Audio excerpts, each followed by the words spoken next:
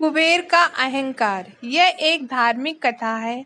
धन के देवता कुबेर तीनों लोकों में सबसे अमीर थे।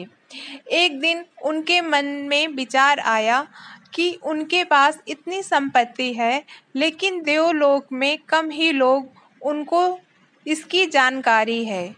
इसलिए उन्होंने अपने धन का प्रदर्शन करने के विचार से एक भव्य भोज का आयोजन करने की बात सोची। इस भोज में तीनों लोकों के सभी देवी देवताओं को आमंत्रित किया गया।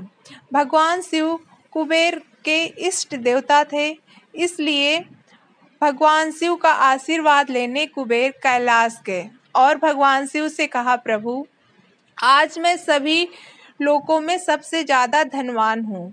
यह एक आपकी कृपा से ही संभव हो पाया है।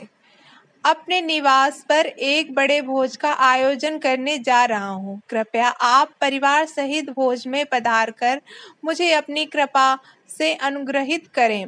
भगवान शिव को कुबेर के मौजूद अहंकार दिख गया, इसलिए भगवान शिव बोले, बस मैं कहीं बाहर नहीं जाता। यह सुनकर कुबेर शिव भगवान के सामने गिड़गिड़ाने लगे, भगवान, अगर आप नहीं आएंगे तो आपके बिना मेरा ये सारा आयोजन बेकार हो जाएगा, ये सब व्यर्थ हो जाएगा। तब शिव जी ने कहा, एक उपाय है, मैं अपने छोटे बेटे गणेश को तुम्हारे भोज में जाने का कह दूंगा। कुबेर संतुष्ट होकर लौट आए। नियति समय पर कुबेर ने अपने निवास में भव्य भोज का आयोजन किया। सभी लोगों के देवता असुर पहुंच चुके थे। अंत में भगवान गणेश भी आए और आते ही कुबेर से कहा, मुझको बहुत तेज भूख लगी हुई है, मेरे लिए जल्दी से भोजन लाया जाए। कुबेर स्वयं उन्हें भोजन करने के लिए भोजन से सजे कमरे में ले गए।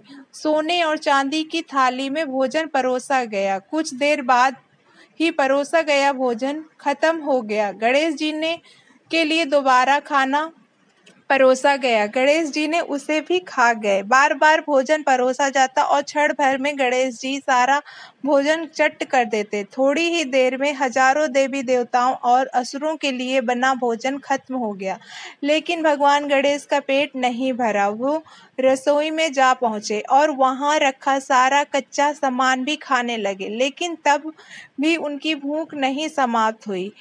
जब सभी खाद्य वस्तुएं खत्म हो गईं तो भगवान गणेश ने कुबेर से कहा, जब तुम्हारे इस भोज में मुझे खिलाने के लिए कुछ था ही नहीं तो तुमने मुझे अपने भोज में न्योता क्यों दिया था। भगवान गणेश की बात सुनकर कुबेर का अहंकार चूर चूर हो गया। दोस्तों, आपको ये वीडियो पसंद आया हो तो प्लीज़ लाइक करना और सब्सक्राइब करना।